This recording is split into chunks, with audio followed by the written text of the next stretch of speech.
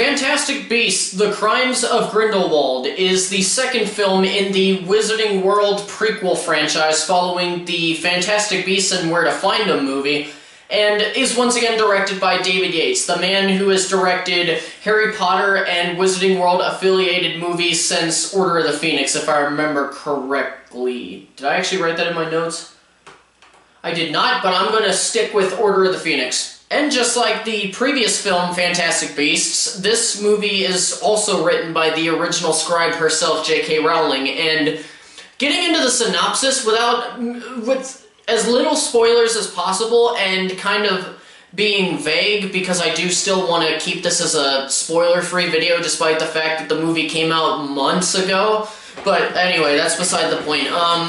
The movie starts when Grindelwald evades captivity, and he starts looking for Credence, the Obscurus from the first movie, and this sets Newt Scamander and all of his friends on a collision course towards Grindelwald. I don't think that that was the most gentle way, or maybe the most accurate way of putting it, but you know what, I never said that I was an expert at conveying things. Before we actually get into my thoughts, my pro and con list, which I'll explain later for people who've never seen my videos, a little info about me. I am a huge Harry Potter fan. Like many of you, I grew up with these movies.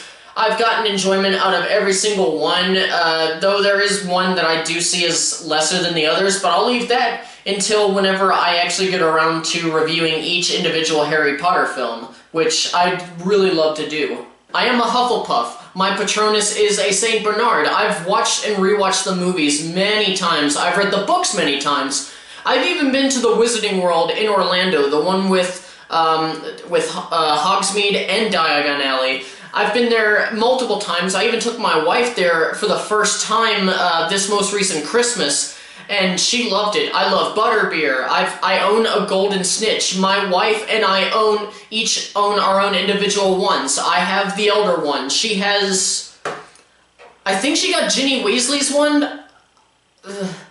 For some reason, I'm blanking off the top of my head, and I would ask her, but she's not home right now. She's out having fun with a friend. But anyway, you know, I could go on and on about how much Harry Potter means to me as a fan.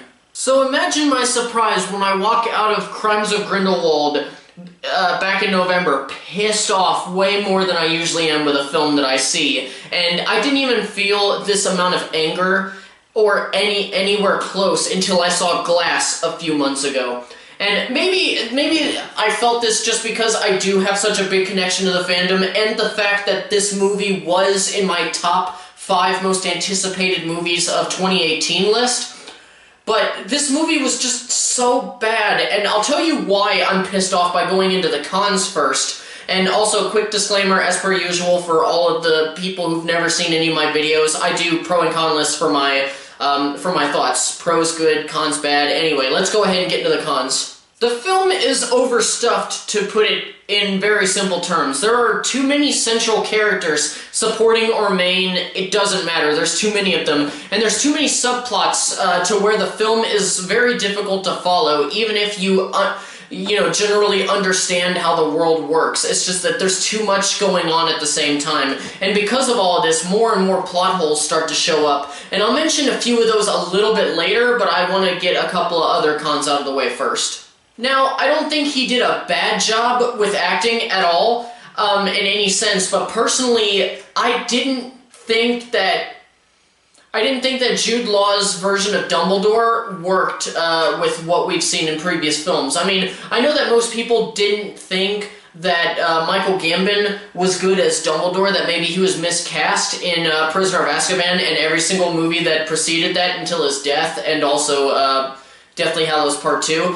But I understand everything with that because, one, the original actor, Richard Harris, who was the perfect casting for Dumbledore, died unexpectedly, and two, they were going into darker toned movies, so it kind of made sense that they didn't try to go out and find somebody who was exactly like, or who could pull off a performance exactly like Richard Harris's. So then we got Michael Gambon, and I actually think that Michael Gambon gave a great performance based off of how the character was written for the film versions.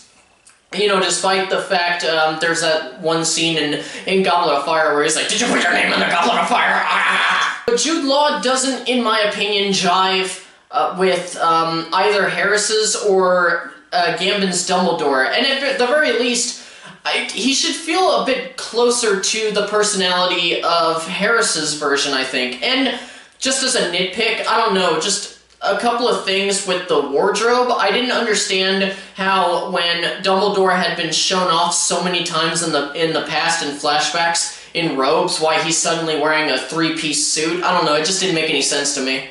Getting to a bit of an issue that I have with the Grindelwald character, he's established very early on as being extremely powerful when it comes to controlling people, and they just don't do enough with it. Not to mention the fact that they don't really properly explain what the ability is. They give kind of a basic, somewhat vague, in my opinion, idea of what he can do. I couldn't tell if it was a spell that he casts, or if he's just uniquely persuasive in a magical sense to where he can just speak words and convince almost anyone to really do whatever he wants, because then that would actually explain why certain people aren't as susceptible to his words. Maybe there's actually a fundamental reason to it, or maybe it just doesn't work on everybody. Dumbledore is not the only character in this movie that feels foreign. There were a few more characters from the previous film, and of course the larger Harry Potter story as a whole that you're familiar with that seem to have changed, whether it's Queenie's personality and motivations, or Nagini's understood history, and maybe even her motives. It feels like they've all been changed just to fit into the story that J.K. Rowling has created for this movie. And tied to con number 4, I'm not going to consider this a con in itself, but I do have to point out that most of the issues with the film come from Rowling's script, and that includes these next cons. This is why I put that little disclaimer in there, because it just felt like a good follow-on. There's the fact that The Crimes of Grindelwald kind of comes across as a pretentious film. It's kind of a slow burn of a film that feels like it's more epic than it actually is. And with that feeling of false epicness, I was consistently bored while watching this movie. You know, whenever I wasn't trying to figure out what the hell was going on. At this point in this very young film series, despite the fact that it's in it's in a shared universe with Harry Potter, I'll still consider this a separate film series. The Fantastic Beasts saga, which this is only the second film in a supposedly 5-film-long saga. The normal issues that frequent the majority of prequel series films are starting to begin to rear their very, very ugly heads. And one thing that I loved about the first Fantastic Beasts movie was, you know, unlike many prequel movies, it actually didn't infringe on what was established beforehand with the other movies, with the other Harry Potter movies. And I actually believe that they found a great way to incorporate a new story without actually having to worry about that, and it works. However, Crimes of Grindelwald infringed on so many aspects of the Harry Potter lore, including, let me see, okay, I can think of 2 things. One, making the family tree of an important wizarding family name that even the most casual of fans know about, of not 1 but 2 families. They make them difficult to understand how it works and where certain members fit in. And I'm talking about like 2 or 3 families, definitely 2. You'll know who I'm talking about when you see it. Or if you've already seen it, then you know what I'm talking about. Including adding all these characters who should not exist in the first place, which is actually tied to something monumental in the film, which you'll see again if you haven't seen it, and you already know if you've seen it, but also, the second thing, adding in characters who actually should not have been born yet, and again, you know who I'm talking about.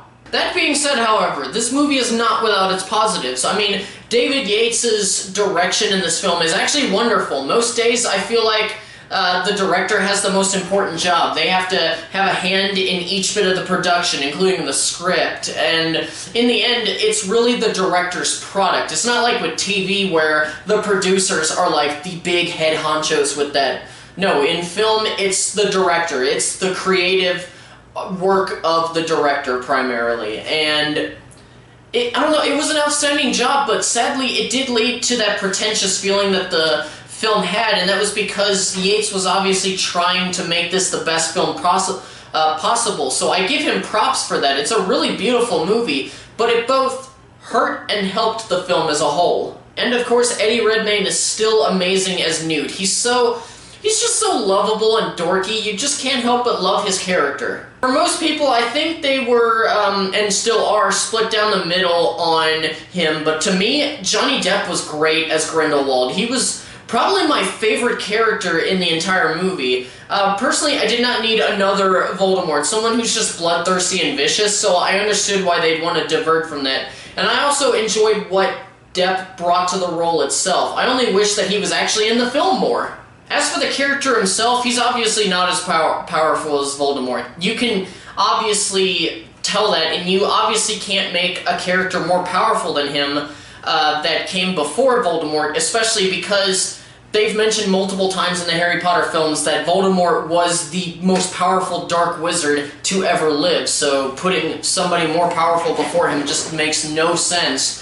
But I will say that he's definitely more dangerous than Voldemort, and I say that because Voldemort came from an upbringing without love and closed himself off to it altogether, and, you know, which ended up being his downfall in the end, because he was unaware of just how powerful the idea of friendship and love was. But Grindelwald knows how powerful it can be, and I like that he knows love himself and can even feel love, two main things that Voldemort lacked in. And when you know that love is the most powerful magic in the universe, which has been confirmed multiple times, again, in the previous movies, you know, that kind of makes you more dangerous because you know you can use it to manipulate those who, you know, feel it. It's easier to find their weakness. So yeah, personally, I loved Grindelwald as a character, but without spoilers, I actually think this is another thing that a lot of people don't like about this movie.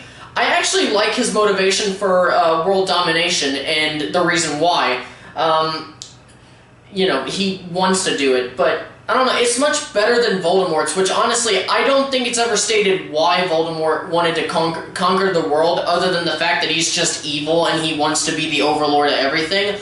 Grindelwald actually has a reason for it, and I understand it, and it was actually interesting. Well, that's it for my individual thoughts on Crimes of Grindelwald. I think that this is by far the worst movie in an otherwise great franchise, with an... I almost said it as though I was referring to the entire series. But no, this film is just... There's an abundance of plot holes being the actual true crimes of Grindelwald. And looking back, there are definitely good reasons to watch it, but the issues with the movie are too large and often too numerous to actually make it worth watching again. And I know, my parents actually bought it, and we share a video on demand service. We do Voodoo. And they bought it, and I actually kept saying, fine, it's your money, but I'm not going to watch it, and somehow they liked it. But, again, that just shows how film is. Film is subjective. Any bit of art or anything is subjective. It's just opinions and opinions and opinions, but I'm glad that they're actually able to enjoy it. Anyway, I'm going off on a tangent. While I was preparing for this video, I thought about the response that I saw with this film around the release. It seemed like the fan base was split between either loving or hating this movie due to how polarizing it was with a couple of key scenes. And I, of course, instantly thought back to how polarized the Star Wars fandom was, you know, when Last Jedi came out. And that debate, if you can even call it, is still going on to this day. I mean, not as much as it was last year, but it's still going on. And I was honestly thinking around the time that it came out, you know, that the Crimes of Grindelwald was going to be the next Last Jedi, and that the Harry Potter fandom was going to just basically become another toxic fandom, which every fandom has its toxicity in it. There's no doubt about that, but just some are just known for their toxic fan bases. Again, Star Wars, and also DC and Marvel, but not as much as Star Wars, definitely. But it's been months since Crimes of Grindelwald came out in theaters, and I even noticed this 2 months after the movie came out. I've not heard anything about it since, which is kind of weird, especially since, you know, it had what can be considered a very substantial plot twist, no spoilers, and many continuity issues. But of course, there are a few reasons that I can think of as to, you know, why that could be. I mean, you know, number one, maybe the fandom isn't as toxic overall as some others are. Second one, maybe it's just that the Star Wars fandom has been around so much longer, definitely has a stronger and longer-lasting pop culture following than Harry Potter has had up to this point.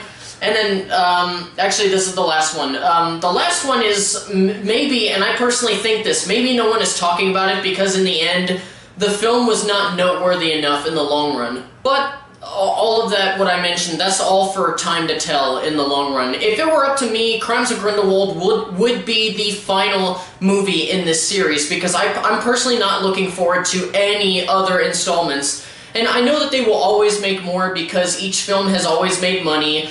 And Harry Potter is probably the biggest pop culture phenomenon at the current moment. Or actually, no.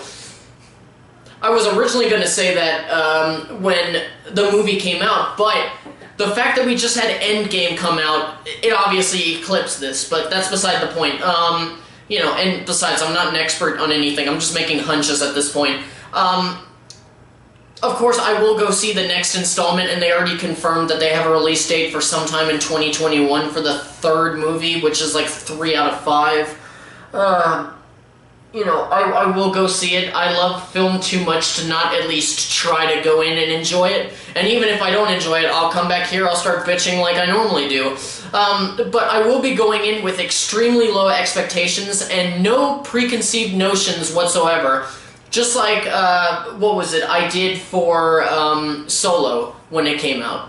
But anyway, the review and my rant are done. Thank you guys so much for watching. I've wanted to do this video for so long because I never felt like I actually got to air my issues with the movie, and I'm glad that I finally did. If you guys enjoyed this video, please don't hesitate to hit that like button, and if you're new here, hit that subscribe button so that you can keep up to date with everything that's going on the channel. And also, don't forget to go down in the comments section and just talk about the things that I brought up, and maybe you can bring up some other things that maybe I didn't discuss. And you know what? Since it's been a while, let spoilers fly in the comments, and if you haven't already seen this video, I should have actually mentioned that earlier in the video, that if you haven't seen the movie, don't look in the comment section. What's wrong with me? But anyway, yeah, just you guys talk about it down there. I like seeing what you guys, you know, what you guys think about the different topics and movies that I bring up in my videos. But all that's left to do now is just to say farewell until the next video, all you casual moviegoers and movie fans alike, and keep on being awesome.